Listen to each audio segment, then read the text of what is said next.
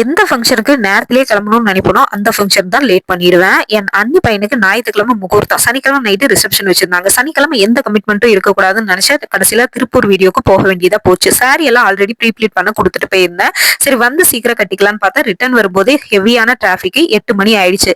குடும்பமே கிளம்பி போயிட்டாங்க. நான் 2வது ரெடியாகி போனேன். இந்த சாரி வந்து பாத்தீங்கன்னா 12 வருஷத்துக்கு முன்னாடி என் கொழுந்தனார் கல்யாணத்துல இருந்தது. அப்ப இருந்து இப்ப வரைக்கும் ஒரே அளவு மெயின்டைன் பண்ணிட்டு இருக்கேன் வெயிட்ட. எத்தனை பேர் கவனிச்சீங்க? நான் கவச குண்டல போடல. அதாவது என் ஒட்டியானத்தை தான் சொன்னேன். ஃபங்க்ஷன்ல டிஜே இருக்கிறதுனால அதெல்லாம் போட்டு வந்தா நம்மளுக்கு டிஸ்டர்பா இருக்கும்னு போட்டே வரல. ஃபங்க்ஷன் வந்தா பொண்ணு மாப்பிள்ளையே டான்ஸ் ஆடிட்டு இருந்தாங்க ஸ்டேஜ்ல. அதுக்கப்புறம் சரி டிஜே ஆரம்பிக்கிறதுக்குள்ள கீழே சாப்பிட்டு வந்துடலாம் அப்படின்னு பார்த்தா இந்த ஹார்ட் இன் இட்லி எனக்கு ரொம்ப பிடிச்சிருந்தது.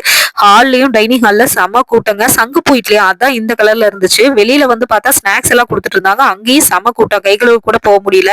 மறுபடியும் மேலேயே வந்துட்டேன். ஸ்டேஜ்ல வந்து ஒரு ஓரமா பொண்ணு மாப்பிள்ளையோட ப்ரீ வெட்டிங் ஷூட்டோட வீடியோ ஓடிட்டு இருந்தது. அதுக்குள்ள டிஜேவும் ஸ்டார்ட் பண்ணிட்டாங்க. எங்க வீட்டுல வந்து ஆட வேண்டாம், நீ வந்து இந்த பக்கம் வந்துரு கூப்பிட்டே இருந்தாங்க. ஒரு 1 ஹவர் மட்டும் ஆடிட்டு வந்துற வெயிட் பண்ணுங்க அப்படின்னு சொல்லிட்டு இழுத்து சொருகிட்டு ஆட ஆரம்பிச்சாச்சு.